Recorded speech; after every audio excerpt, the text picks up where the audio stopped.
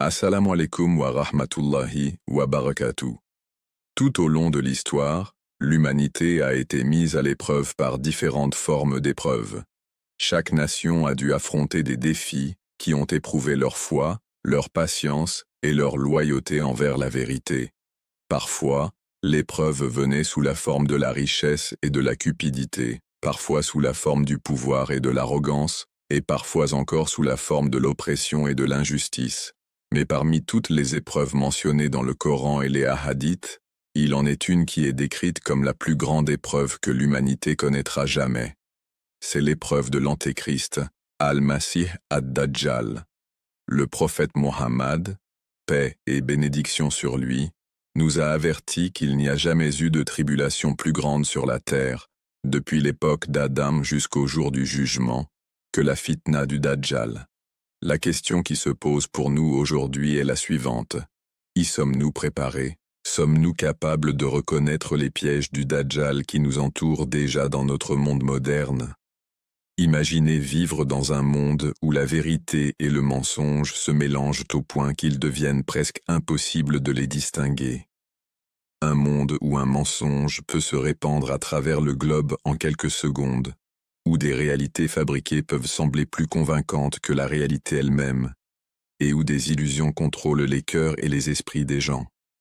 Cela vous semble familier? Nous vivons déjà dans un tel âge.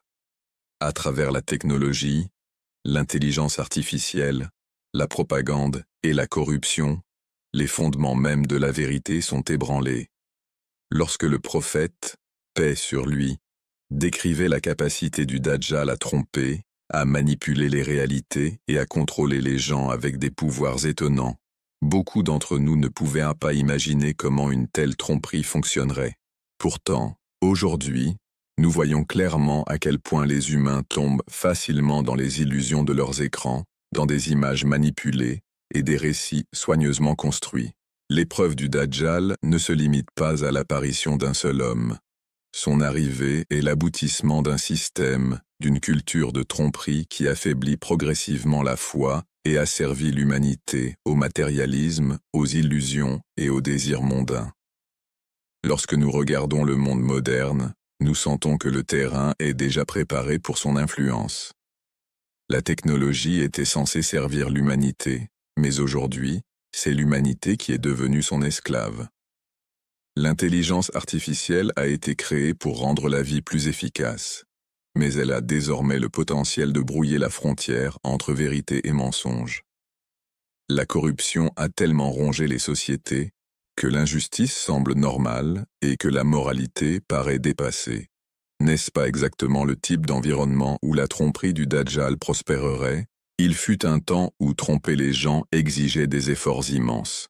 Les mensonges ne pouvaient voyager que par la voie humaine ou une lettre écrite. Aujourd'hui, d'un simple clic, une population entière peut être induite en erreur. Les vidéos truquées, deepfake, peuvent faire ressembler le mensonge à la vérité, et des histoires fabriquées peuvent manipuler des millions de personnes en quelques minutes.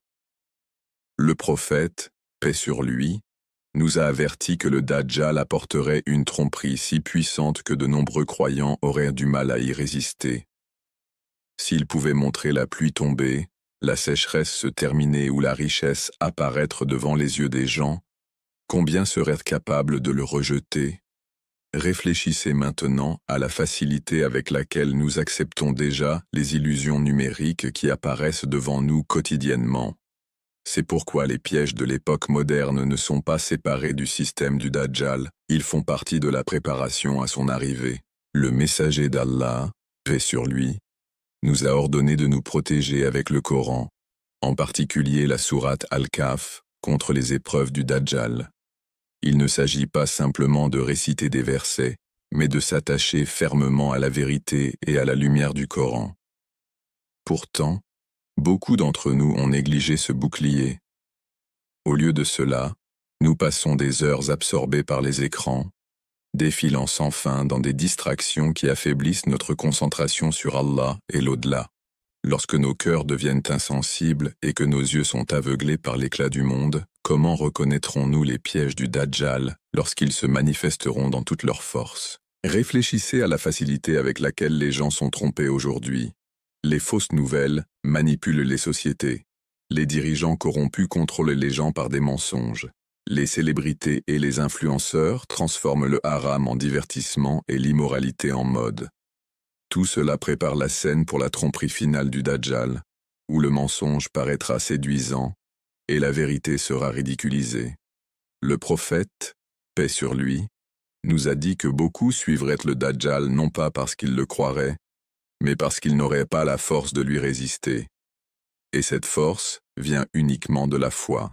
Chaque prophète a averti son peuple du Dajjal. Pourquoi?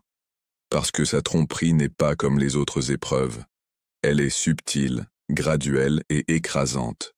Elle atteint non seulement les armées et les gouvernements, mais aussi les cœurs des gens ordinaires. Le champ de bataille du Dajjal n'est pas seulement la terre et le ciel, c'est l'esprit et l'âme de chaque être humain. Et dans le monde d'aujourd'hui, où le champ de bataille des idées, de l'information et des illusions a déjà capturé des milliards de personnes, ne voyons-nous pas à quel point nous sommes proches de l'environnement même que le prophète, paix sur lui, a décrit? Nous vivons à une époque de miracles sans prophète. Les machines peuvent parler, les robots peuvent agir comme des humains, et les réalités numériques peuvent remplacer les réalités physiques. Lorsque le Dajjal viendra et utilisera ces mêmes outils pour tromper les gens, beaucoup penseront qu'il est divin. Ils diront: qui d'autre peut contrôler la météo, fournir de la nourriture ou montrer des illusions si puissantes? Mais tout cela n'est qu'une tromperie, une épreuve venant d'Allah. Le vrai pouvoir n'appartient qu'à lui. Pourtant, les cœurs attachés au monde ne le verront pas, tandis que les cœurs attachés à Allah resteront fermes. Le plus grand danger de la fitna du Dajjal n'est pas sa présence physique, mais sa capacité à rendre le mensonge attrayant. Ces pièges ne sont pas laids, ils sont beaux, séduisants et convaincants. La technologie qui te distrait d'Allah semble utile. La richesse qui corrompt les sociétés ressemble à du succès. Le divertissement qui détruit la moralité ressemble à du plaisir. Ce sont précisément ces pièges qui nous affaiblissent jusqu'à ce que nous soyons trop fragiles pour résister à la tromperie ultime. Maintenant, demandez-vous, ne sommes-nous pas déjà témoins de ces pièges dans nos vies? Combien d'heures passons-nous sur nos appareils par rapport au Coran? Avec quelle rapidité acceptons-nous une tendance virale par rapport à la lenteur avec laquelle nous réfléchissons à la guidance divine? À quelle fréquence normalisons-nous la corruption et l'injustice dans nos sociétés, au lieu de nous y opposer?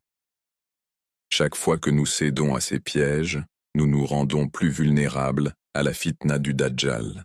L'épreuve du Dajjal n'est pas une histoire lointaine. Ce n'est pas seulement quelque chose à craindre dans le futur. C'est une réalité qui se déploie autour de nous dès maintenant, dans les systèmes sous lesquels nous vivons, les technologies que nous utilisons et les cultures que nous absorbons. Le prophète, paix sur lui, l'a décrit comme la plus grande fitna, car sa tromperie sera universelle. Aucune ville, aucun village, aucune personne ne sera épargnée par son influence. Il atteindra chaque foyer, chaque cœur et chaque écran, et seuls ceux dont la foi est forte resteront protégés. C'est pourquoi ce rappel est urgent. Si chaque génération a fait face à des épreuves, alors notre génération fait face à la plus grande. Nous devons nous préparer non seulement à l'homme qui apparaîtra, mais aussi au système qui a déjà commencé. La tromperie est là, et elle devient chaque jour plus forte. La seule vraie question est, la reconnaîtrons-nous à temps? Protégerons-nous notre foi, ou nous perdrons-nous dans les illusions? Chaque épreuve passée était temporaire, mais cette dernière épreuve est décisive. Et le prophète, paix sur lui, nous a déjà donné l'avertissement. Tenez fermement à votre foi, récitez le Coran, cherchez la protection d'Allah, et ne soyez jamais trompés par ce qui brille dans ce monde. Chaque époque a eu ses épreuves, mais la dernière et la plus grande est l'épreuve du Dajjal. Elle touchera chaque vie, chaque famille et chaque âme.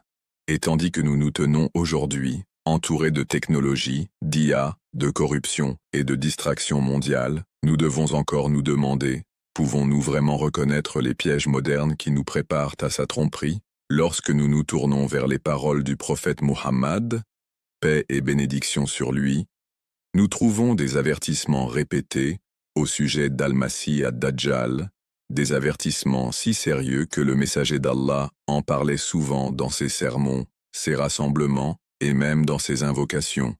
Chaque prophète avant Muhammad, paix sur lui, a averti son peuple au sujet du Dajjal, mais notre prophète en a donné les descriptions les plus détaillées. Il a décrit non seulement les caractéristiques physiques du Dajjal, mais aussi la nature de sa tromperie, la manière dont il troublerait les gens et les pouvoirs extraordinaires qui pousseraient les gens à croire en lui.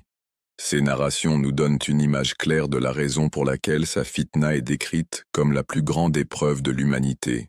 L'un des hadiths les plus connus est celui où le prophète, paix sur lui, a dit « Entre la création d'Adam et l'heure, il n'y aura pas de sujet plus grave que le Dajjal. » Cette seule affirmation nous montre la gravité de cette épreuve. Le Dajjal n'est pas simplement un autre ennemi de la vérité. Sa tromperie surpasse toutes les fitans précédentes. Il se présentera avec des pouvoirs qui imitent des actes divins et il mettra au défi le cœur même de la foi humaine, en offrant des illusions qui paraîtront réelles. Le prophète, paix sur lui, a décrit le Dajjal comme ayant avec lui ce qui semblera être le paradis et l'enfer. Ce qu'il appellera paradis sera en réalité l'enfer, et ce qu'il appellera enfer sera en réalité le paradis. C'est peut-être l'indication la plus claire de son pouvoir d'inversion, faire paraître la vérité fausse et le mensonge vrai. Imaginez la confusion des gens lorsqu'ils verront de leurs propres yeux quelque chose qui ressemble à la félicité et au confort, mais qui est en réalité destruction. C'est pourquoi le messager d'Allah a tant insisté, quiconque entend parler du Dajjal doit rester loin de lui, car un homme viendra à lui en pensant être fort dans la foi, mais il finira par le suivre à cause des doutes et de la confusion que le Dajjal répand. Un autre ensemble de narrations décrit les miracles qui seront donnés au Dajjal. Il commandera au ciel de faire pleuvoir, et il pleuvra. Il commandera à la terre de produire des récoltes, et elle produira. Il passera par une terre en ruine, et ordonnera qu'elle fasse sortir ses trésors. Et ses trésors le suivront comme des essaims d'abeilles. Il tuera un jeune homme, et semblera ensuite le ramener à la vie, et les gens seront stupéfaits. Ces soi-disant miracles ne sont rien d'autre que des illusions permises par Allah comme une épreuve, mais pour ceux dont les cœurs sont faibles, ils apparaîtront comme une preuve indéniable que le Dajjal possède une autorité divine. C'est pourquoi le prophète, paix sur lui, a décrit sa fitna comme capable d'ébranler même la foi des savants. Les compagnons du prophète étaient si préoccupés par cette épreuve qu'ils posaient sans cesse des questions. Ils voulaient connaître les détails, les signes et les protections. Dans une narration, le prophète, paix sur lui, a expliqué que le Dajjal parcourra la terre rapidement, comme la pluie poussée par le vent, et qu'il entrera dans chaque ville, sauf à Makka et Madina. Des anges garderont ces deux villes sacrées, et le Dajjal sera incapable d'y entrer. Mais le fait qu'il atteindra partout ailleurs montre combien son influence sera vaste. Imaginez une figure dont la propagande, le contrôle et la tromperie peuvent atteindre chaque coin de la terre. Cela semblait impossible au 7e siècle, mais dans notre monde de communication globale et de transmission instantanée, une telle portée paraît effrayamment possible. Le prophète, paix sur lui, a également mentionné que le Dajjal viendra avec des rivières et des montagnes de nourriture. À une époque où les gens seront désespérés, souffrant de pauvreté ou de faim, de telles démonstrations de provision tenteront beaucoup de le suivre. Il manipulera les besoins et les peurs des gens. Ceux qui lui obéiront seront comblés de richesses et de nourriture, tandis que ceux qui lui résisteront connaîtront la privation. Ce contrôle économique fait partie de sa tromperie, amenant les gens à choisir entre leur estomac et leur foi. Combien de personnes aujourd'hui compromettent déjà leur foi pour des bénéfices mondains? Lorsque le Dajjal apparaîtra, cette tentation sera amplifiée, au-delà de l'imagination. Il existe aussi des narrations sur sa capacité à contrôler la perception des gens en matière de sécurité et de peur. Le prophète, paix sur lui, a dit que le Dajjal viendra avec quelque chose qui ressemble au feu et quelque chose qui ressemble à de l'eau. Ceux qui tomberont dans son feu trouveront en réalité de l'eau fraîche, tandis que ceux qui tomberont dans son eau trouveront en réalité un feu brûlant. Là encore, le message est clair.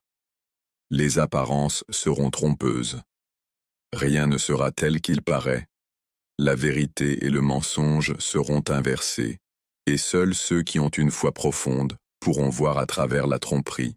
La littérature des hadiths nous donne également des signes physiques pour le reconnaître. Il sera aveugle d'un œil, et l'autre œil ressortira comme une grappe flottante. Entre ses yeux sera écrit le mot « kafir », mécréant, que tout croyant, qu'il sache lire ou non, pourra lire. Ces signes physiques sont des rappels que, peu importe la puissance de ses tromperies, sa réalité est imparfaite, et Allah ne lui permettra pas d'imiter parfaitement la vérité. Mais même avec ces signes clairs, beaucoup le suivront, car l'attrait de ces illusions surpassera leur raison et leur foi. Une narration qui illustre profondément l'intensité de sa tromperie parle d'un jeune croyant qui affrontera le Dajjal. Le Dajjal le tuera, puis semblera le ramener à la vie. Les gens autour seront stupéfaits, pensant qu'il s'agit d'une preuve indéniable du pouvoir du Dajjal. Mais le jeune homme déclarera « Par Allah, maintenant je suis plus certain que jamais que tu es bien le Dajjal, dont le messager d'Allah nous a avertis. » Cette narration nous montre que même au milieu de la tromperie la plus écrasante, ceux qui s'accrochent fermement aux avertissements du prophète pourront voir la vérité. Le prophète, paix sur lui, nous a aussi enseigné des moyens pratiques de protection. Il a dit que la récitation des 10 premiers et des 10 derniers versets de la sourate Al-Kahf protégera contre la fitna du Dajjal. Il nous a également appris une invocation à réciter à la fin de chaque prière, cherchant refuge contre le châtiment de l'enfer, le châtiment de la tombe, les épreuves de la vie et de la mort, et la fitna d'Al-Masih ad-Dajjal.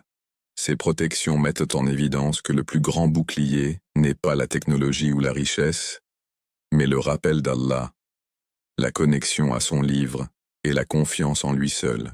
Un autre point important tiré des hadiths est que la tromperie du Dajjal ne se limitera pas aux illusions matérielles mais aussi idéologiques. Il répandra des mensonges sur la vérité et la justice, et il se présentera comme un sauveur de l'humanité. Il exploitera le désir de paix, de prospérité et de sécurité, mais en réalité, il éloignera les gens d'Allah. C'est pourquoi le prophète a insisté sur le fait que les gens ne devraient pas le confronter directement, car ses arguments et illusions sont si puissants que même un croyant fort pourrait vaciller. Au lieu de cela, les croyants sont commandés de l'éviter, de chercher protection dans la foi et le rappel. La durée de son épreuve est également mentionnée dans les hadiths. Le prophète, paix sur lui, a dit que le Dajjal restera sur terre pendant 40 jours. Un jour comme une année, un jour comme un mois, un jour comme une semaine, et le reste de ces jours comme des jours normaux.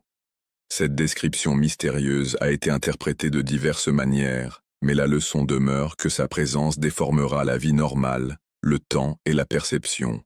Son épreuve paraîtra écrasante et contre nature, sans précédent. Lorsque nous réunissons toutes ces narrations, une image claire se dessine. La plus grande arme du Dajjal est la tromperie. Il ne gagnera pas par la vérité, mais en rendant le mensonge irrésistible. Il ne conquérera pas par un vrai pouvoir, mais par des illusions qui paraîtront être du pouvoir. Il troublera les gens avec des miracles qui ne sont pas des miracles, avec une richesse qui est un piège, et avec une sécurité qui est en réalité destruction. Toute sa mission est de brouiller la frontière entre ce qui est réel et ce qui est faux, jusqu'à ce que les gens abandonnent leur foi par confusion. En réfléchissant à ces hadiths aujourd'hui, nous voyons à quel point ils sont pertinents. Les outils de tromperie décrits, illusion, contrôle des ressources, manipulation des perceptions, sont tous des outils que nous voyons déjà dans le monde moderne. La diffusion de la désinformation, le contrôle des économies, la manipulation des images et la création de fausses réalités par la technologie ressemblent aux pièges décrits par le prophète, paix sur lui. Les hadiths ne nous avertissent pas seulement d'une figure future, ils nous entraînent à reconnaître les systèmes de tromperie qui préparent son arrivée. Pour les croyants, la leçon est claire. Ne soyez pas trompés par les apparences. Ne mesurez pas la vérité par les miracles, la richesse ou la popularité. Ne laissez pas votre foi être ébranlée par ce que vos yeux voient, car vos yeux peuvent être trompés. Le cœur connecté à Allah, l'esprit ancré dans le Coran et l'âme qui se souvient des avertissements du prophète seront ceux capables de résister. Les narrations au sujet du Dajjal ne sont pas simplement destinées à nous effrayer, mais à nous préparer, à nous rappeler que dans un monde de tromperie, seule la vérité d'Allah reste inchangée. Lorsque le messager d'Allah, paix et bénédiction sur lui, a averti l'humanité de la venue du Dajjal, il a décrit des signes et des pouvoirs qui paraissaient être presque inimaginables pour ses compagnons.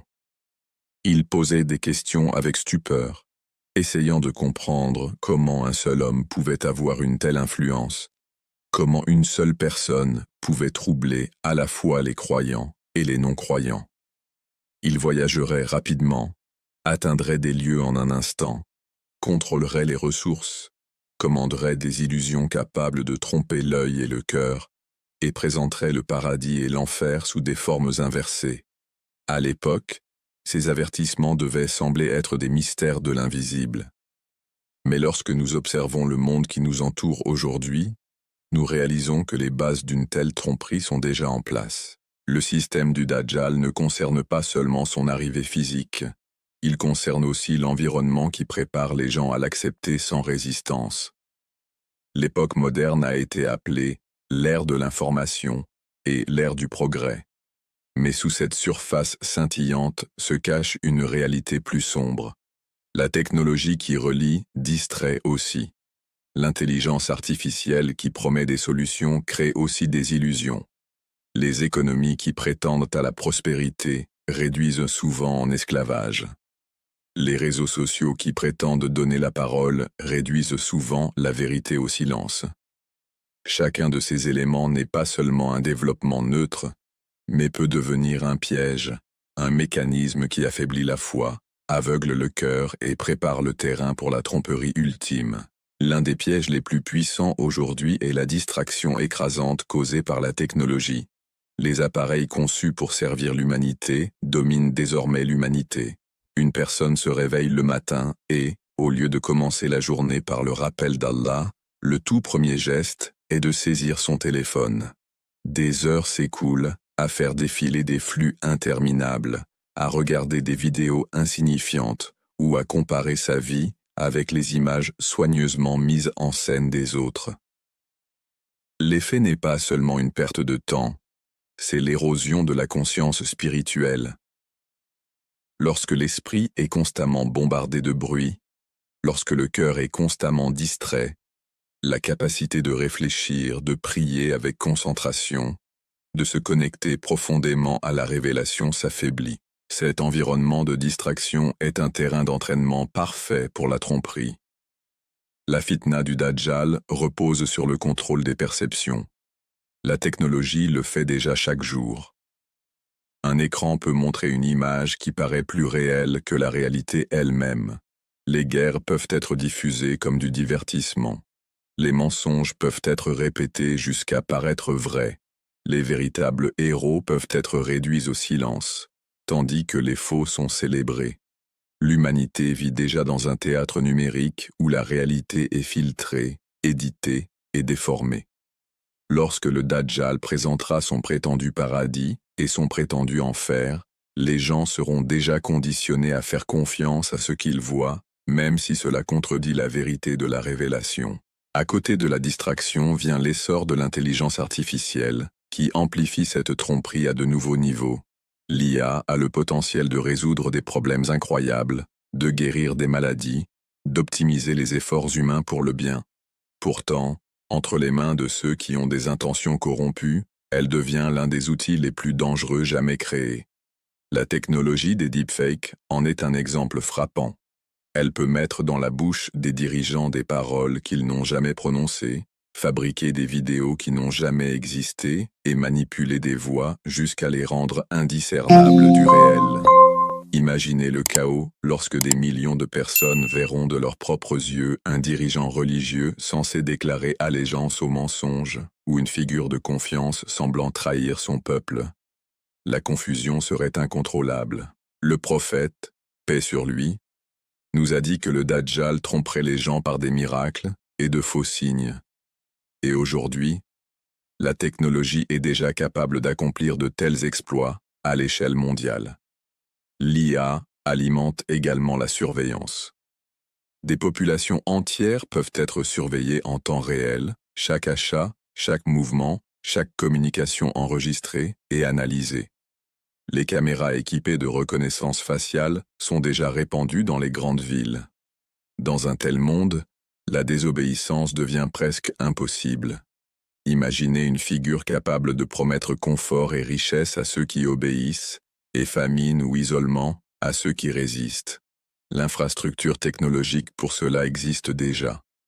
La capacité de suivre la loyauté et de punir la dissidence correspond parfaitement à la description des méthodes du Dajjal dans les hadiths. Encore plus insidieuse est la création de fausses réalités à travers la réalité virtuelle et augmentée. Déjà, les gens s'évarent dans des mondes numériques, préférant l'excitation des jeux, des simulations et des identités en ligne aux luttes et à la beauté de la vraie vie. Pour beaucoup, la frontière entre réalité et illusion est floue. Lorsque la réalité paraît terne et que les illusions paraissent plus gratifiantes, les gens commencent à vivre davantage dans le faux que dans le vrai.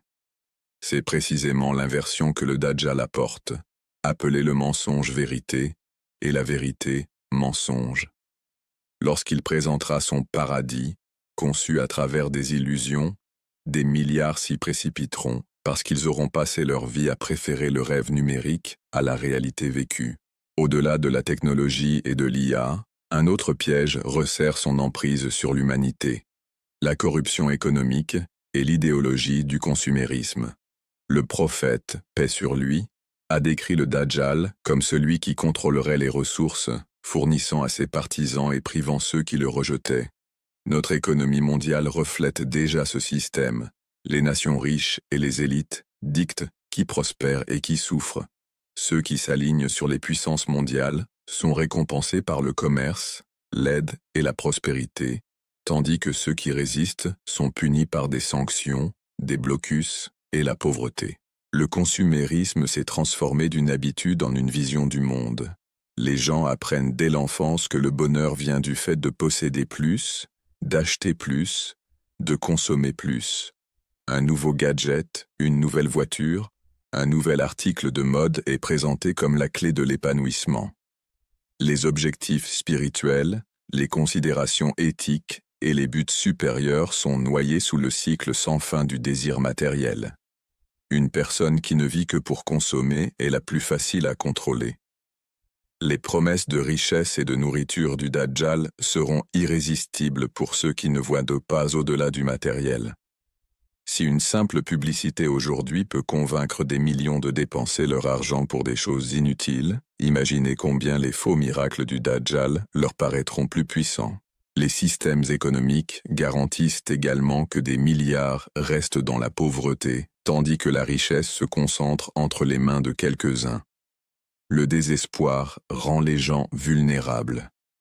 Un parent qui ne peut pas nourrir son enfant peut compromettre ses valeurs juste pour survivre. Lorsque le Dajjal apparaîtra et offrira de la nourriture à ceux qui le suivront, beaucoup le verront non pas comme une tromperie, mais comme un salut. Cette vulnérabilité n'est pas accidentelle. Elle est le résultat de siècles de corruption et de déséquilibre qui conditionnent l'humanité à privilégier la survie à la vérité. Enfin, le piège le plus pervasif et le plus subtil est l'influence des réseaux sociaux.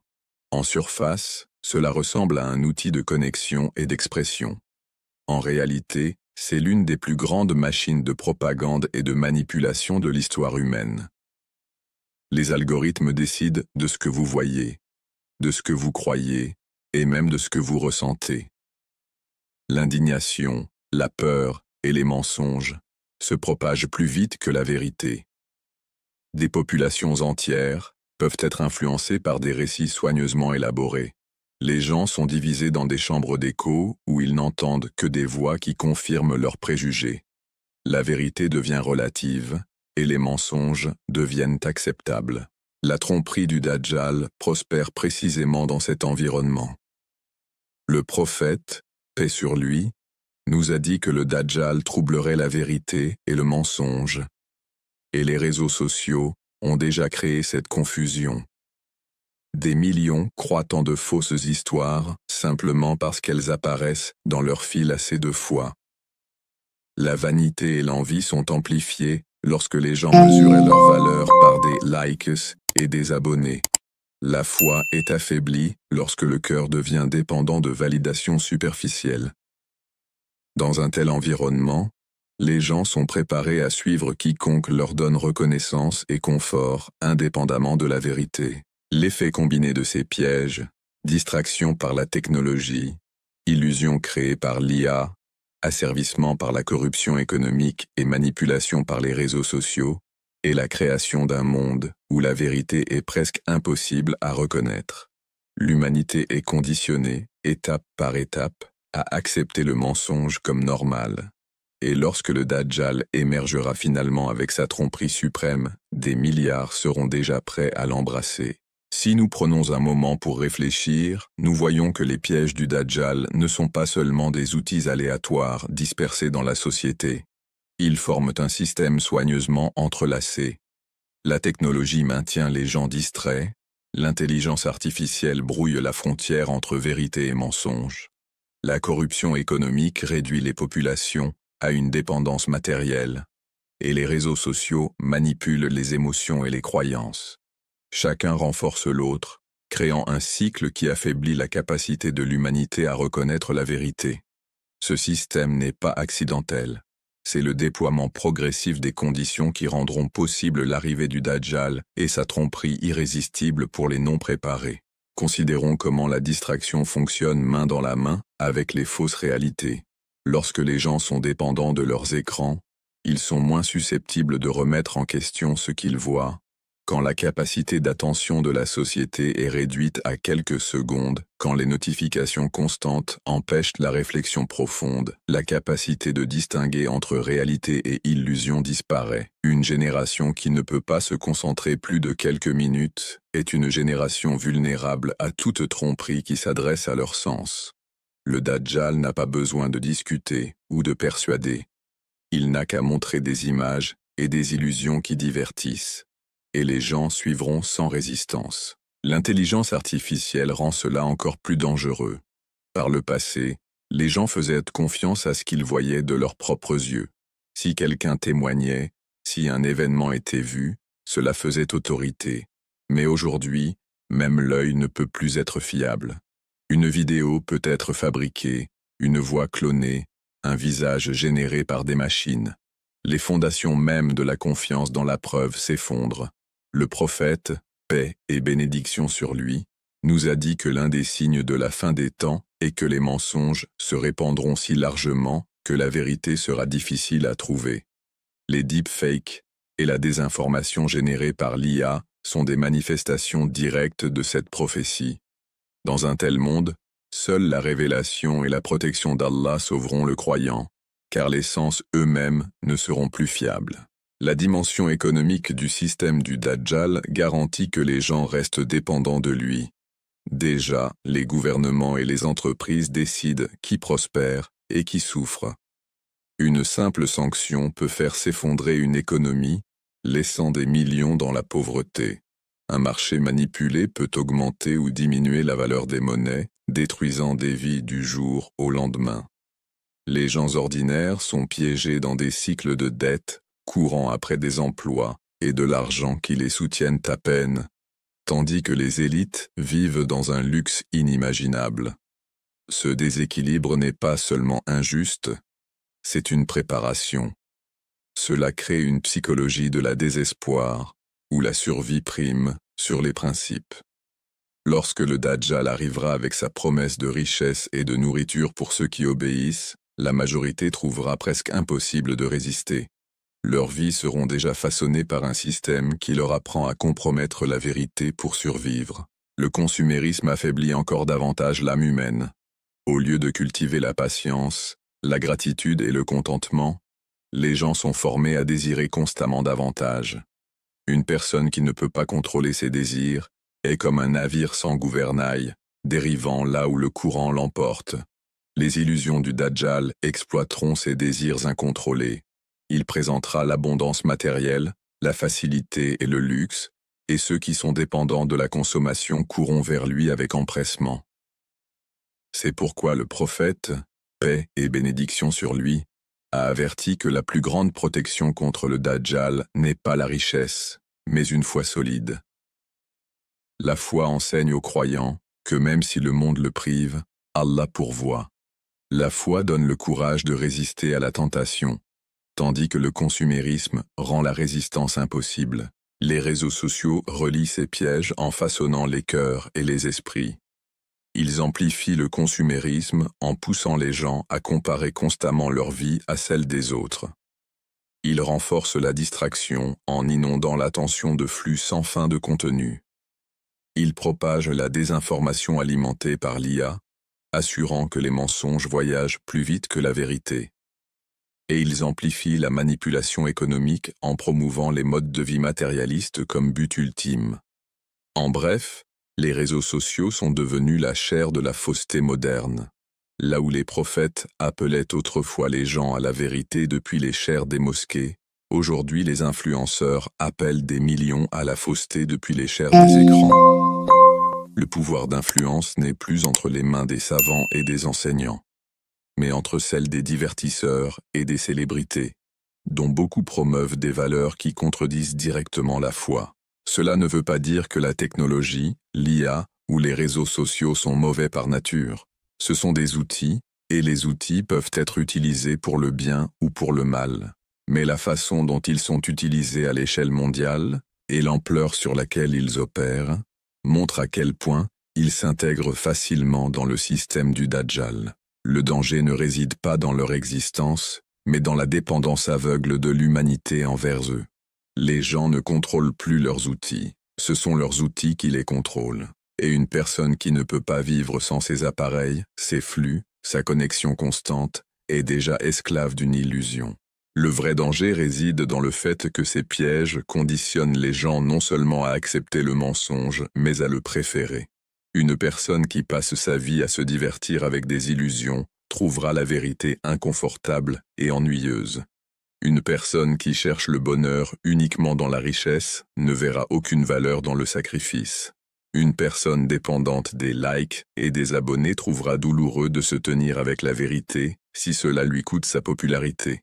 C'est pourquoi le prophète, paix et bénédiction sur lui, a décrit l'épreuve du Dajjal comme la plus grande épreuve de l'histoire humaine, non pas parce qu'il force les gens, mais parce qu'il leur offre ce qu'ils désirent déjà, enveloppés dans la tromperie. Dans un tel monde, quel espoir reste-t-il aux croyants? La réponse se trouve dans les mêmes enseignements prophétiques qui nous ont avertis du Dajjal. Le prophète, paix et bénédiction sur lui, a ordonné à ses fidèles de chercher refuge auprès d'Allah contre la fitna du Dajjal à chaque prière. Il a recommandé la récitation des versets d'ouverture de la sourate Al-Kahf comme protection. Il a insisté sur le renforcement de la foi, la ferme adhésion au Coran et à la Sunna, et la construction de communautés de droiture. Ce ne sont pas seulement des recommandations rituelles, ce sont des stratégies de survie pour un monde noyé dans la tromperie. Réciter la sourate Al-Kahf chaque vendredi n'est pas simplement une question de mémoire, c'est une question d'intérioriser le message de la sourate. La sourate Al-Kahf parle des épreuves de la foi, de la richesse, du savoir et du pouvoir, les dimensions mêmes des pièges du Dajjal. Les gens de la caverne représentent la fermeté dans la foi face à la pression sociale. L'histoire de l'homme aux deux jardins représente l'épreuve de la richesse et de l'arrogance. L'histoire de Moussa et Khidr représente l'épreuve de la connaissance et les limites de la compréhension humaine. L'histoire de Dhul-Qarnayn représente l'épreuve du pouvoir et de la justice. En récitant et en réfléchissant sur cette sourate, Le croyant entraîne son cœur à résister précisément aux illusions que le Dajjal utilisera. La prière elle-même est une arme. Dans un monde où les gens sont esclaves de la connexion constante avec leurs appareils, le croyant reste connecté à Allah. 5 fois par jour, l'appel à la prière arrache le cœur aux distractions et le ramène à son Créateur. Ce rythme de rappel est ce qui protège le croyant lorsque le monde est englouti dans l'oubli. Le croyant doit aussi cultiver le détachement du matérialisme. La gratitude, la patience et le contentement sont des boucliers contre le consumérisme. Lorsqu'une personne sait que tout ce dont elle a besoin vient d'Allah, les promesses du Dajjal perdent leur pouvoir. La faim, la pauvreté et la privation peuvent survenir, mais le cœur ancré dans la subsistance d'Allah n'a pas peur.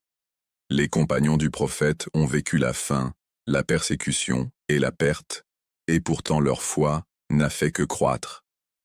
Ils sont les modèles pour une époque où les tentations du monde seront bien plus grandes.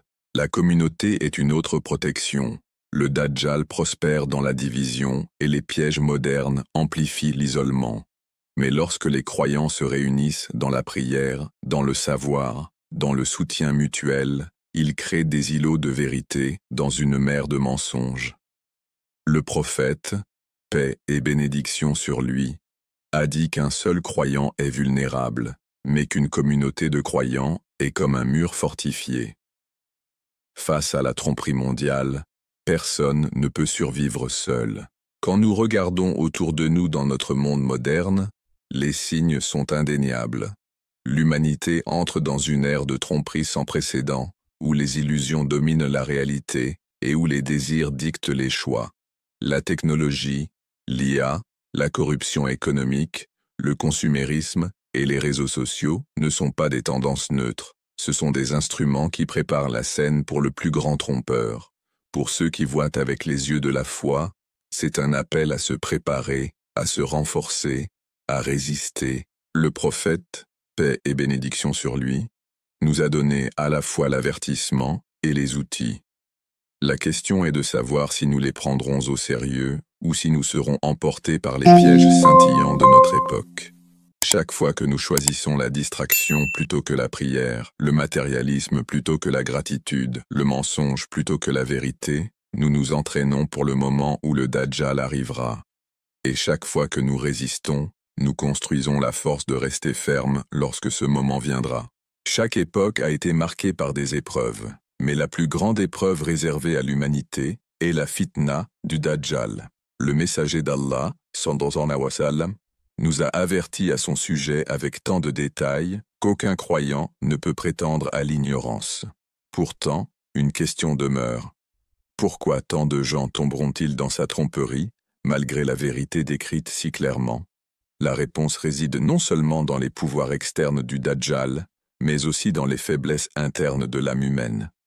Quand le bouclier spirituel d'une personne est faible, même le plus petit piège peut la faire tomber, et lorsqu'il s'agit du Dajjal, sa tromperie sera d'une ampleur jamais vue auparavant dans le monde. Les êtres humains sont naturellement attirés par ce qui éblouit les yeux et apaise le corps. Richesse, statut, sécurité, santé, ce sont des bénédictions lorsqu'elles restent dans leurs limites, mais elles peuvent devenir des chaînes lorsqu'elles dominent le cœur. Le pouvoir du Dajjal réside précisément dans la manipulation de ses désirs. Il se présentera comme une source de subsistance quand les gens auront faim, comme un guérisseur quand ils chercheront désespérément un remède, et comme un chef quand les sociétés seront noyées dans le chaos. Ceux dont la foi est superficielle ne résisteront pas, car ils recherchent le confort immédiat plutôt que la vérité éternelle. C'est là la première faiblesse, l'incapacité à retarder la gratification et à faire confiance aux promesses invisibles d'Allah. Imaginez un homme qui a vécu la guerre, la pauvreté ou la famine. Il entend que le Dajjal peut faire tomber la pluie, faire pousser des récoltes et fournir de la nourriture à volonté. Pour un cœur affamé, de tels miracles paraissent irrésistibles. Mais le prophète, et son âne, nous a dit que les prétendus miracles du Dajjal ne sont rien d'autre qu'une tromperie, des tests destinés à révéler qui place sa confiance en Allah et qui se rend à de faux sauveurs. La faiblesse spirituelle ici ne réside pas dans l'ignorance de l'avertissement, mais dans le manque de résilience lorsque l'épreuve devient personnelle. Il est facile de proclamer sa foi quand la vie est confortable. La véritable mesure apparaît quand la survie semble en jeu. Une autre raison pour laquelle les gens tomberont est la fascination humaine pour l'extraordinaire. Le Dajjal accomplira des actes qui paraîtront miraculeux. Ressusciter les morts, commander aux cieux de pleuvoir et contrôler les trésors de la terre. En réalité, ce ne sont que des illusions permises par Allah dans le cadre de l'épreuve. Mais pour ceux dont l'iman est fragile, le choc de tels événements brisera leur raison. Ils se demanderont, comment pourrait-il ne pas être divin s'il contrôle la vie et la mort? La faiblesse ici est un manque d'ancrage dans le Coran et la Sunna.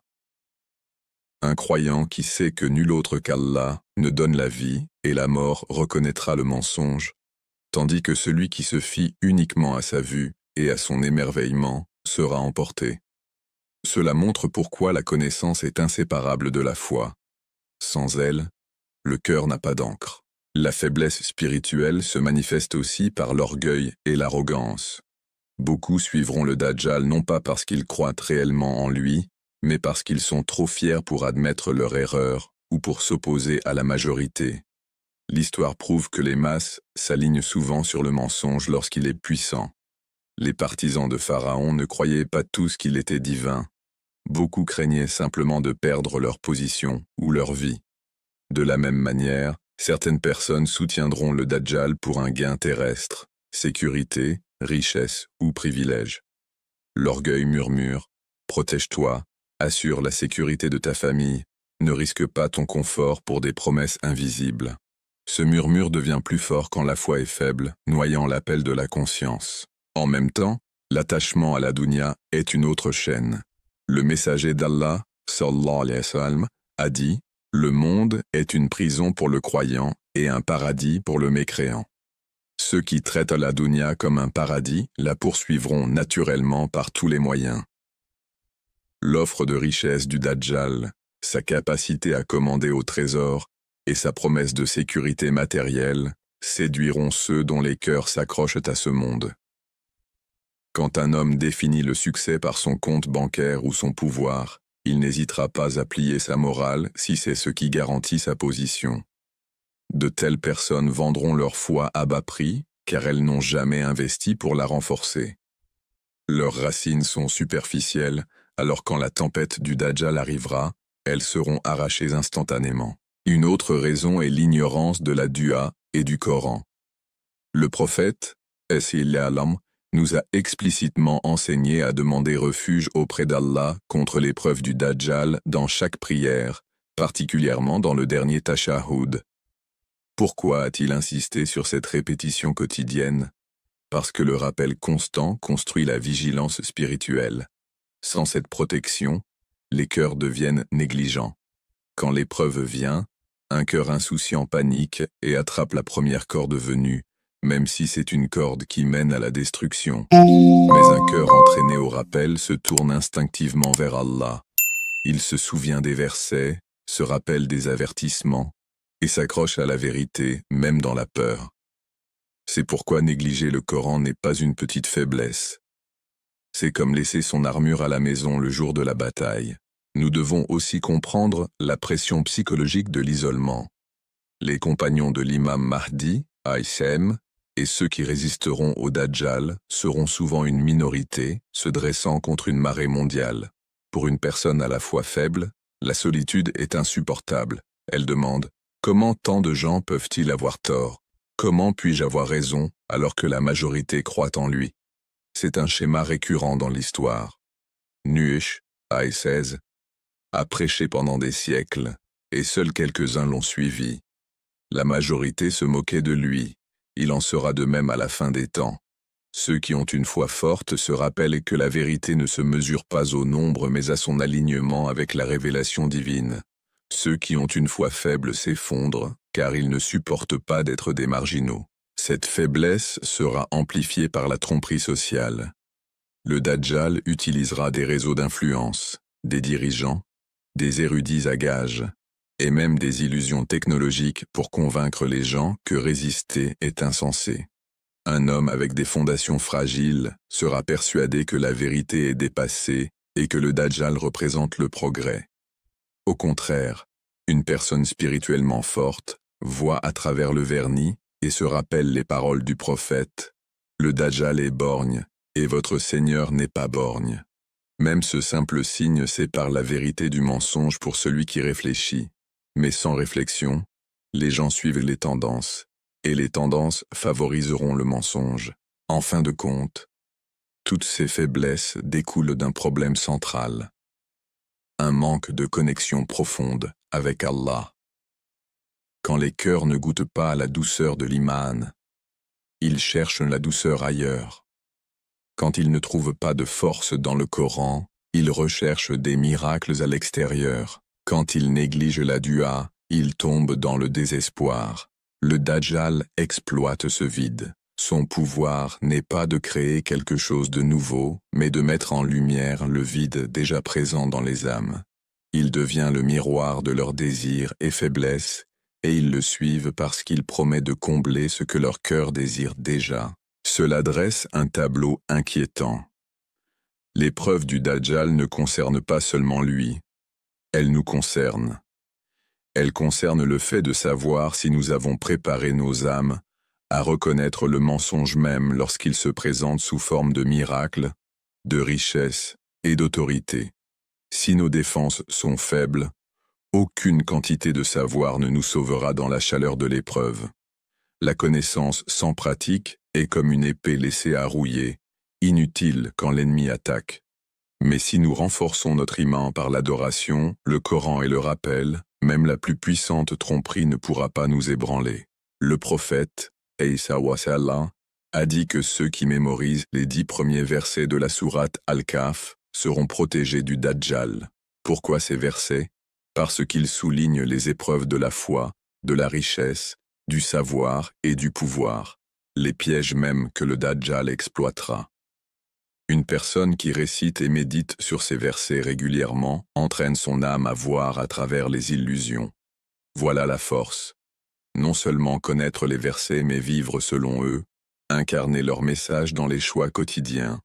Sans une telle force, même le corps le plus robuste ou l'intellect le plus aiguisé s'effondre. Après avoir réfléchi aux raisons pour lesquelles tant de gens tomberont dans les pièges du Dajjal, tournons-nous maintenant vers l'autre côté du tableau. Comment un croyant peut-il rester ferme, inébranlable et victorieux dans sa foi, quand le monde entier tremble? Le prophète, sallallahu alayhi wa sallam, n'a jamais donné d'avertissement sans fournir également des solutions. Chaque faiblesse a une force correspondante, et chaque épreuve a un bouclier fourni par Allah. Pour survivre à la plus grande épreuve de l'histoire humaine, la trousse de survie du croyant est claire. L'iman, le Coran et la dua. L'iman n'est pas seulement un mot prononcé avec la langue, mais une forteresse dans le cœur. Celui qui a goûté à la vraie foi voit le monde différemment. Là où d'autres voient du pouvoir dans la richesse, il voit une ombre passagère. Là où d'autres voient des miracles dans la tromperie, il voit les signes d'Allah exposant le mensonge. Le prophète, sallallahu alayhi wa sallam, a décrit l'iman comme quelque chose qui illumine le cœur, et dans l'obscurité de l'ère du Dajjal, cette lumière sera la seule boussole. C'est pourquoi les premières générations de musulmans s'entraînaient à travers la prière, le jeûne et le sacrifice. Chaque acte d'adoration n'était pas seulement une piété personnelle, mais aussi une construction de résilience face aux épreuves à venir. Pensez à l'iman comme à un arbre. Ses racines sont dans le tawhid, la croyance inébranlable qu'il n'y a ni pouvoir, ni subsistance, ni vie ou mort, sauf par Allah. Si ces racines sont profondes, aucune tempête ne peut les déraciner. Le Dajjal peut offrir de la nourriture, mais le croyant sait que c'est Allah qui pourvoit. Le Dajjal peut prétendre contrôler la vie, mais le croyant sait que seul Allah donne et reprend les âmes. Le Dajjal peut parader avec des armées, mais le croyant se rappelle le Coran. Combien de fois un petit groupe a-t-il vaincu une armée nombreuse avec la permission d'Allah? Sans cette foi enracinée, le cœur tremble devant des illusions. Avec elle, le cœur reste ferme même si le monde entier chancelle. Le Coran est le bouclier suivant. Le prophète, sallallahu alayhi wa sallam, a spécifiquement mentionné la sourate Al-Kahf comme protection contre le Dajjal. Les récits qu'elle contient ne sont pas aléatoires, ils constituent un manuel de survie aux épreuves. Les gens de la caverne ont résisté à un système tyrannique en fuyant avec leur foi, nous enseignant à privilégier la croyance au confort. L'homme aux deux jardins a affronté l'épreuve de la richesse, nous montrant que l'orgueil dans la dunya mène à la ruine. Musa, Al-Isilseln, et Khidr, Agisielein, ont montré l'épreuve de la connaissance et de la patience, nous rappelant que la sagesse divine dépasse la logique humaine. Dhul-Qarnayn a affronté l'épreuve du pouvoir, l'utilisant non pour l'oppression mais pour la justice. Chaque histoire correspond à une dimension de la tromperie du Dajjal. En réfléchissant régulièrement sur ces versets, le croyant s'équipe de l'état d'esprit nécessaire pour rejeter le mensonge, peu importe à quel point il paraît séduisant. Réciter le Coran ne suffit pas sans méditation. Un perroquet peut répéter des mots, mais seul un cœur qui les médite en retire une protection. Allah a décrit le Coran comme une guérison et une miséricorde pour les croyants. La guérison vient lorsque ces versets pénètrent nos vies. Un croyant qui intériorise le Coran apprend à voir à travers les illusions, tout comme une personne avec une vue saine distingue un mirage d'une vraie eau. Dans le désert de la tromperie, le Coran est la vision qui sauve de la soif. C'est pourquoi la connexion quotidienne avec le Coran est non négociable. Elle construit la familiarité, et la familiarité engendre la clarté quand la confusion se répand. La doua est le troisième et le plus intime des boucliers. Le prophète, sallallahu alayhi wa sallam, nous a enseigné à demander refuge contre le Dajjal dans chaque prière. Allahumma inni a'udhu bika min adhabi jahannam, wa min adhabi al-qabr, wa min fitnati al-mahya wal-mamat, wa min sharri fitnati al-masih al-dajjal. Pourquoi répéter cela chaque jour? Parce que la doua est une bouée de sauvetage. Elle nous rappelle qu'aucune stratégie, aucun intellect, aucune préparation physique ne peut nous sauver sans l'aide d'Allah. Face au Dajjal, dont la tromperie submerge les nations, seule la protection divine reste ferme. Un croyant qui invoque sincèrement Allah construit une habitude de dépendance. Quand l'épreuve viendra, son cœur se tournera instinctivement vers le haut, non vers l'extérieur. Il demandera à Allah la clarté, et Allah la lui accordera. Considérons aussi la force spirituelle de la patience. À l'époque du Dajjal, le monde sera polarisé. Ceux qui le suivront pourront profiter d'un confort temporaire, tandis que ceux qui résisteront pourront faire face à la faim, à l'exil ou même à la mort. La patience devient alors non seulement une vertu, mais un outil de survie. Le Coran assure, certes, Allah est avec les patients. Endurer les difficultés sans perdre la foi exige un entraînement avant l'épreuve. Le jeûne enseigne la patience face à la faim, la prière enseigne la patience face à la discipline, la charité enseigne la patience face à la perte. Chaque acte d'adoration est une répétition pour le jour où la patience pourrait être le seul bouclier contre la reddition au Dajjal. La communauté renforce également la foi. L'une des faiblesses qui égarent les gens est la peur de l'isolement. Mais quand les croyants se rassemblent, leurs forces se multiplient. Le prophète, sallallahu a dit « Le loup mange la brebis isolée ». À l'époque du Dajjal, de petits cercles de vrais croyants se soutiendront les uns les autres, se rappelant les avertissements, récitant le Coran ensemble et tenant bon en groupe. Cette unité est un bouclier car le mensonge prospère lorsqu'il vous convainc que vous êtes seul. Le rappel que d'autres endurent la même lutte restaure le courage. De plus, la force spirituelle vient de l'humilité. L'arrogance aveugle, mais l'humilité ouvre les yeux à la vérité. Le Dajjal ciblera l'orgueil humain, promettant grandeur et supériorité. Le croyant qui s'est déjà humilié en sujud 5 fois par jour est immunisé contre cette tentation. Il sait que se prosterner devant Allah est le véritable honneur, tandis que se prosterner devant un trompeur est une humiliation. C'est pourquoi la salat n'est pas seulement un rituel, mais une déclaration quotidienne de loyauté. Chaque rak'a est un rappel que seul Allah mérite soumission. En temps de tromperie, une telle habitude empêche la déviation de la dévotion. Nous devons également parler du détachement de la dunya. Plus on s'accroche aux possessions matérielles, plus il devient facile de le manipuler. Le Dajjal contrôlera les ressources, les distribuant comme récompense pour l'obéissance.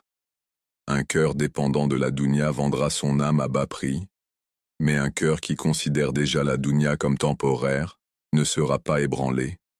Le prophète, sur les larmes, a vécu simplement, enseignant à ses compagnons à ne pas dépendre de l'excès. Un croyant qui pratique la gratitude et la modération aujourd'hui construit sa résilience pour demain. Quand d'autres paniqueront à la perte des conforts matériels, il restera calme, sachant que la vraie richesse réside dans le contentement et que le paradis est le véritable trésor. Une autre source de force est la connaissance des signes de la fin des temps. Le prophète, sallallahu alayhi wa sallam, ne nous a pas laissés aveugles. Il a décrit l'apparence du Dajjal, ses caractéristiques, son parcours, et même les mots écrits entre ses yeux. Kafir. Un croyant équipé de cette connaissance le reconnaîtra instantanément, tandis que ceux qui ignorant les signes seront éblouis par ses prétentions. Rechercher la connaissance islamique aujourd'hui n'est pas facultatif. C'est une préparation. Quand le messager a averti si clairement, négliger ses avertissements est en soi une forme de faiblesse. Apprendre, enseigner et diffuser la conscience sont des actes de résistance contre la tromperie. En fin de compte, le bouclier le plus fort est le tawakkul, placer toute sa confiance en Allah. Même le croyant le plus savant, patient et discipliné reste humain, donc sujet à la peur. Mais quand le cœur remet sa confiance à Allah, la peur se transforme en tranquillité.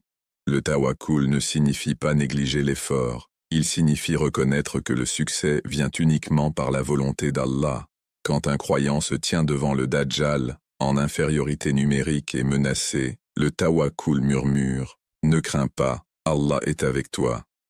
Ce murmure est plus fort que n'importe quelle illusion.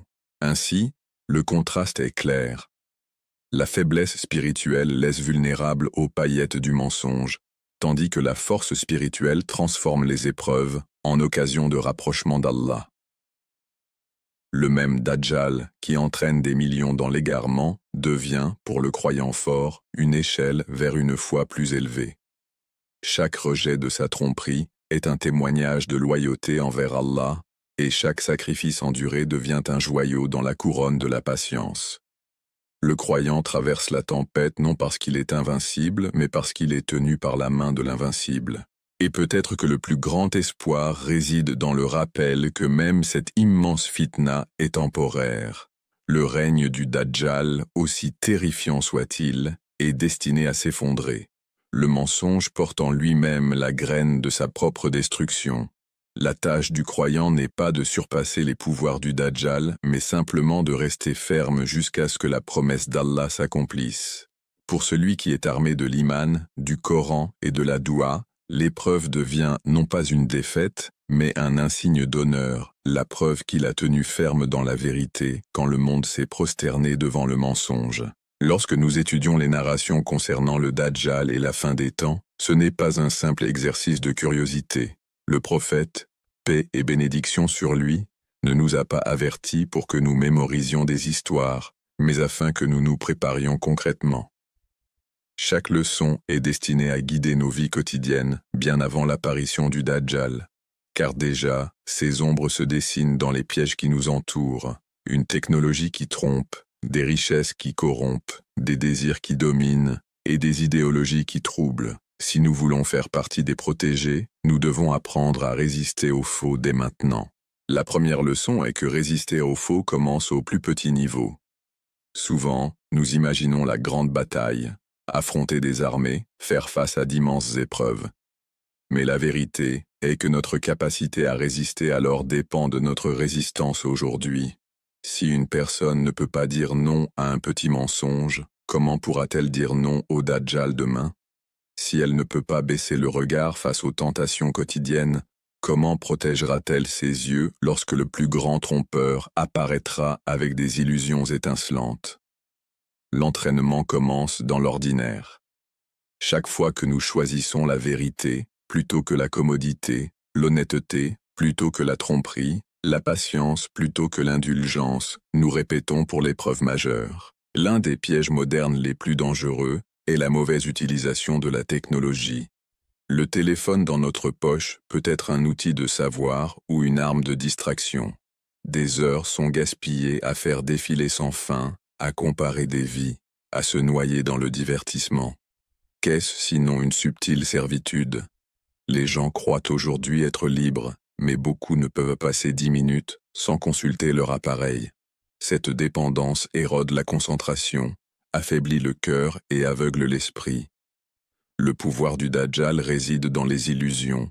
Et qu'est-ce que les réseaux sociaux sinon un flot constant d'illusions?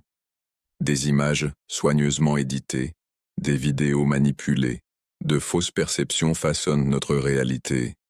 Résister au faux exige de reprendre le contrôle. La technologie doit nous servir, non nous asservir. Cela signifie fixer des limites, choisir consciemment le contenu et utiliser le monde numérique pour renforcer, non affaiblir, notre foi. L'intelligence artificielle est un autre outil qui reflète la tromperie du Dajjal. Les deepfakes peuvent créer de fausses réalités, des voix et des visages qui n'ont jamais existé. La propagande se répand plus vite que la vérité, brouillant la frontière entre le vrai et le faux. Le croyant doit cultiver le discernement. Toute vidéo virale ne mérite pas d'être crue. Toute nouvelle à la mode ne reflète pas la vérité. Cela appelle à ralentir, à vérifier les informations et à tout filtrer à travers le prisme du Coran et de la Sunna. La vérité à l'ère moderne n'est pas toujours évidente. Elle doit être recherchée avec effort. Plus notre habitude de réflexion est forte, plus il est difficile de nous tromper. La corruption économique est un autre piège. Le consumérisme nous apprend à définir notre valeur par ce que nous possédons. Les gens rivalisent dans la mode, les gadgets, les styles de vie, poursuivant des ombres qui ne satisfont jamais. Le prophète, paix et bénédiction sur lui, a averti que l'amour du dunya est la racine de toute erreur. Pour résister à ce piège, nous devons changer de perspective. La richesse n'est pas un mal, mais adorer la richesse est une destruction. Le croyant dépense avec sagesse, donne en aumône et se rappelle que la vraie valeur réside dans la piété. Lorsque le Dajjal promettra des trésors à ceux qui le suivent, le cœur habitué à la modération ne sera pas tenté. Le contentement est le plus grand trésor, et il se construit maintenant, pas plus tard. Nous devons aussi réfléchir à la tromperie sociale. Aujourd'hui, des idéologies et des tendances balayent les sociétés, convainquant les gens que le mal est bien et que le bien est mal. Les normes morales sont redéfinies chaque décennie. Le croyant qui ne s'ancre pas dans la révélation divine dérive avec ses vagues. Mais le Coran reste intemporel. Lorsque Allah déclare quelque chose interdit, aucune pression sociale ne peut le rendre licite. Résister au faux signifie bâtir le courage d'être différent quand il le faut. Cela signifie enseigner à nos enfants à trouver la fierté, non pas dans le conformisme, mais dans la fermeté. Ce courage sera vital au temps du Dajjal, mais il commence dans les choix quotidiens. Une autre leçon cruciale est l'importance de renforcer notre routine spirituelle. Comme un athlète s'entraîne chaque jour pour se préparer à la compétition, le croyant doit s'entraîner chaque jour pour l'endurance spirituelle. La prière est le fondement.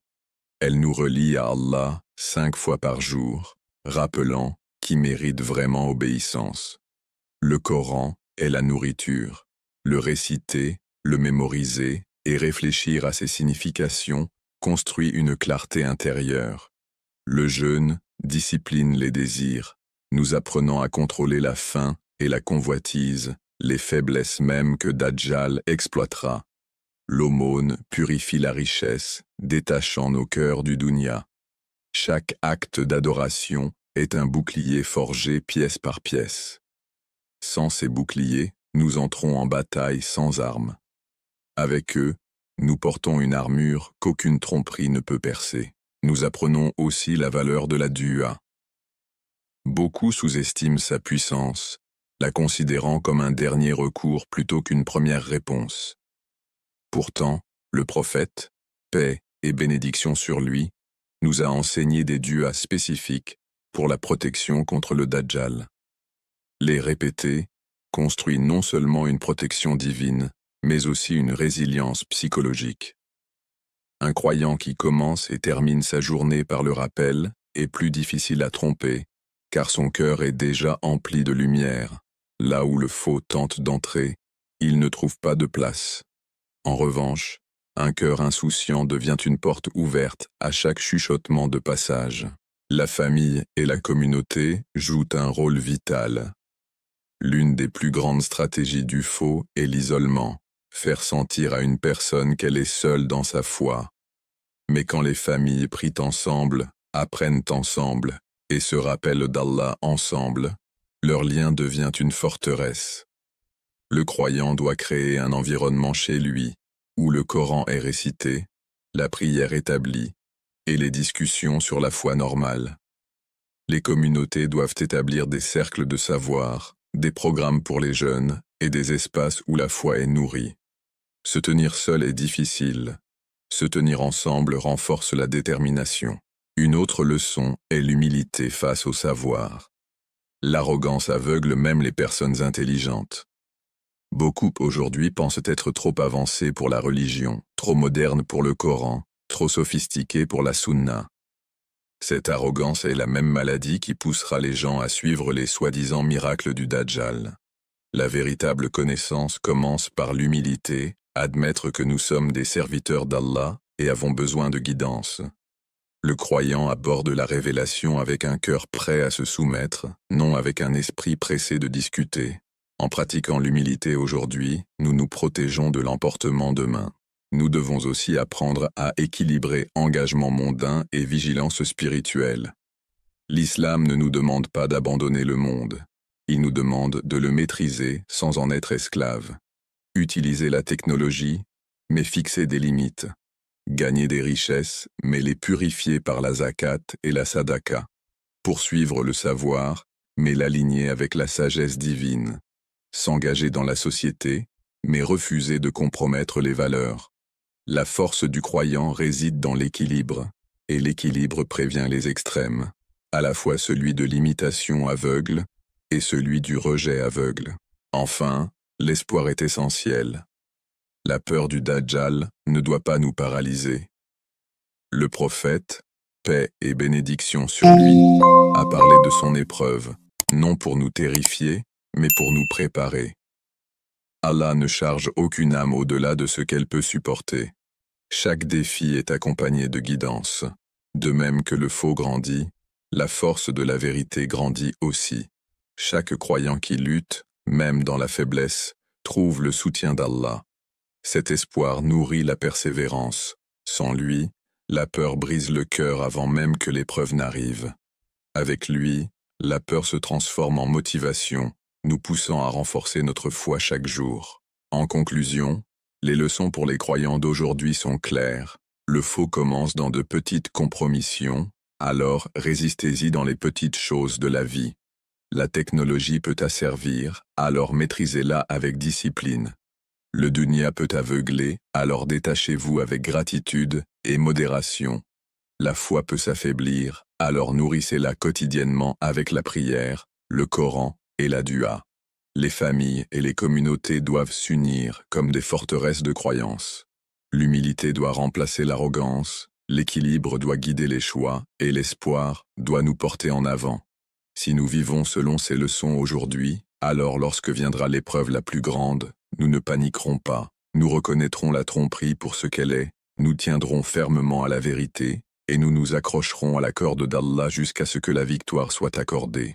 Alors que nous arrivons à la conclusion de ce voyage à travers les avertissements, les narrations et les leçons concernant le Dajjal, il est important de se rappeler pourquoi ces discussions comptent. Le prophète sallallahu alayhi wa sallam a parlé de lui en détail, non pas pour semer le désespoir, mais pour donner aux croyants une feuille de route. La peur sans espoir paralyse, mais la foi avec la connaissance donne du pouvoir. Peu importe la puissance que peuvent atteindre les forces de la tromperie, peu importe l'obscurité du monde, la lumière d'Allah ne peut jamais être éteinte. Chaque prophète a averti son peuple contre le faux. Mais Rasulallah, sallallahu alayhi wa sallam, a averti son Ummah au sujet du Dajjal plus que de toute autre épreuve. Pourquoi? Parce qu'il s'agit de la plus grande tromperie que l'humanité affrontera. Et pourtant, même cette plus grande tromperie est sous le contrôle d'Allah. Le Dajjal ne peut pas bouger sans la permission d'Allah. Ces miracles ne sont pas de vrais miracles, ce sont des épreuves. Son pouvoir n'est pas absolu, il est temporaire. Son règne n'est pas éternel, il est destiné à s'effondrer. La promesse d'Allah est éternelle. La vérité est venue et le faux a disparu. En vérité, le faux est destiné à disparaître. Ce verset n'est pas seulement une déclaration historique, mais une loi de la réalité. Le faux peut s'élever, il peut dominer un moment, mais il porte en lui-même la semence de sa propre destruction. La vérité, parce qu'elle vient d'Allah, triomphe toujours. Voilà l'espérance que nous devons porter. Oui, la fitna du Dajjal est terrifiante. Oui, les narrations décrivent des scènes qui font trembler le cœur. Mais nous ne sommes pas impuissants. Nous avons reçu des armes plus fortes que n'importe quelle illusion. Nous avons reçu le Coran, la Salah, la Doua et le bouclier de l'Iman. Nous avons été avertis des pièges et appris comment les éviter. Nous avons reçu des signes si clairs que ceux qui s'attachent à la révélation ne seront pas trompés. Le vrai danger n'est pas le Dajjal lui-même, mais la négligence de la guidance de Rasulallah, sallallahu alayhi wa sallam. Si nous vivons dans l'insouciance, poursuivant la dunya, noyés dans les distractions, nous nous rendons vulnérables. Mais si nous vivons avec conscience, en construisant la foi, en cherchant refuge auprès d'Allah chaque jour, alors même le plus grand trompeur ne pourra nous ébranler. Pensez aux compagnons de Rasulallah, sallallahu alayhi wa sallam. Ils ont affronté des ennemis bien plus puissants qu'eux. Les Quraysh avaient la richesse, les armées et l'influence. Pourtant, les compagnons avaient l'iman. Avec cet iman, ils ont enduré la persécution, l'exil, la faim et la guerre, et ils sont sortis victorieux. Le même principe s'applique à l'épreuve finale. Les chiffres, la technologie, la propagande et les illusions peuvent sembler écrasants, mais la force du croyant ne vient pas de ces choses. Elle vient d'Allah. Et quand Allah est avec toi, aucune force ne peut te vaincre. Notre espoir réside dans la préparation, dès maintenant. Chaque fois que tu ouvres le Coran, tu renforces ton bouclier. Chaque salat accompli à l'heure est une forteresse construite autour de ton cœur. Chaque dua faite sincèrement est une arme forgée pour les épreuves à venir. Chaque jeûne enduré avec patience est un rappel que tu peux résister au désir pour Allah. Chaque aumône donnée est un signe que ton attachement à la dunya s'affaiblit. Ces petits actes quotidiens peuvent sembler ordinaires, mais ensemble, ils te préparent à l'épreuve extraordinaire.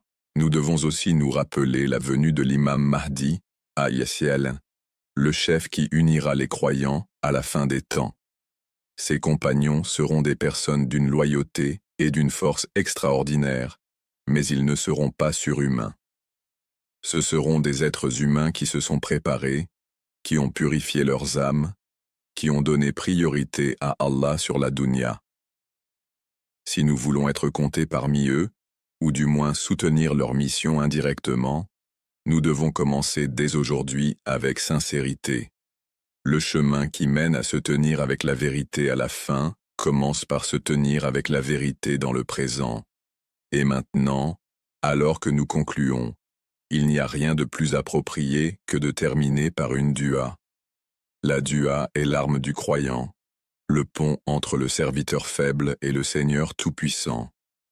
Tournons-nous vers lui en recherchant protection, clarté et force. Ô Allah, Seigneur des cieux et de la terre, le connaisseur de l'invisible et du visible, le plus miséricordieux de ceux qui font miséricorde. Nous admettons notre faiblesse devant toi. nous confessons notre dépendance envers toi. Sans ta guidance, nous sommes aveugles. Sans ta protection, nous sommes perdus. Sans ta miséricorde, nous sommes détruits. Alors, nous nous tournons vers toi, Ya Rab, en suppliant pour la sécurité en des temps de confusion.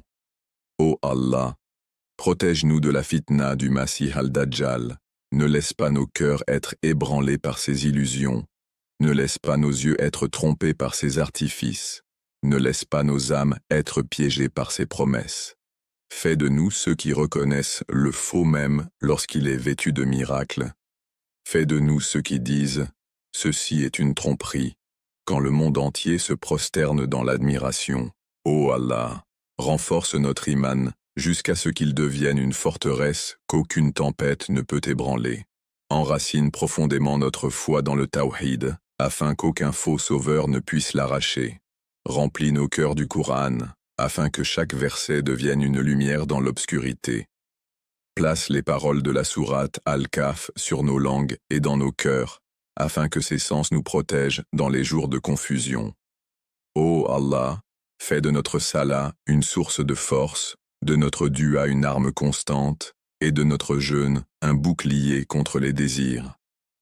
Purifie notre richesse par la charité, détache nos cœurs de la dunya, et accorde-nous le contentement dans ton décret. Rends-nous humbles dans l'obéissance, patients dans les épreuves, et courageux dans la défense de la vérité. Ô Allah, accorde-nous des familles qui soient des forteresses de foi. Fais de nos foyers des lieux remplis du Coran, de nos assemblées des lieux emplis de rappels, et de nos enfants des soldats de la vérité.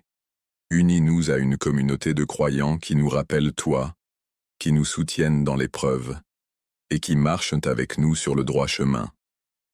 Ô Allah, quand l'époque de la confusion arrivera, ne nous laisse pas seuls. Entoure-nous de ta miséricorde, de tes anges et de compagnons pieux. Si nous vivons pour être témoins du Dajjal, fais de nous ceux qui lui résistent avec clarté et courage. Si nous mourons avant ce temps, compte-nous parmi ceux dont la préparation mérite ta protection. Ô Allah, envoie tes bénédictions sur notre maître Muhammad, sallallahu alayhi wa sallam, qui nous a avertis, guidés et priés pour nous. Rends-nous dignes de son intercession.